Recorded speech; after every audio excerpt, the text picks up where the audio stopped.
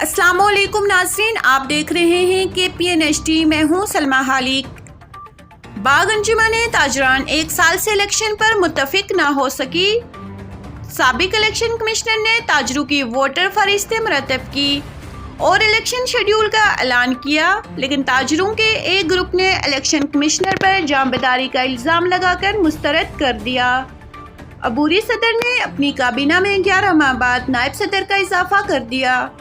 حافظ طارق محمود باری میڈٹ لینے والے سابق صدر انجمن تاجران نے خود خان سلیم خان کو عبوری صدر نامزد کیا اور خود ہی ان کے مقابلے میں اپنی کابینہ بنائی اور اجلت میں حلف بھی لیا۔ اس کے بعد عام غریب تاجروں کی نمائندگی کے دعوے دار نمبردار طاہر بھی اپنا پینل بنا کر میدان میں کود پڑے۔ الیکشن کمشنر ڈاکٹر ریاض عباسی کے ہوتے ہوئے جماعت اسلامی اور علماء کرام نے جرگے کے ذریعے تاجروں کو ایک پلیٹ فارم پر اکٹھا کر دیا، لیکن ابھی بھی آڈٹ پر ڈیڈ لاک برقرار رہے۔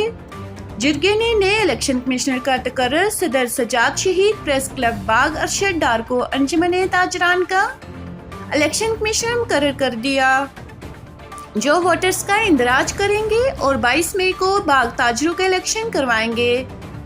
سابق الیکشن کمشنر ڈاکٹر ریاض عباسی نے جو 12 مارچ کو تاجروں کے الیکشن کا اعلان کر رکھا تھا، اس کا کیا ہوا ہے یہ ابھی فیصلہ ہونا باقی ہے۔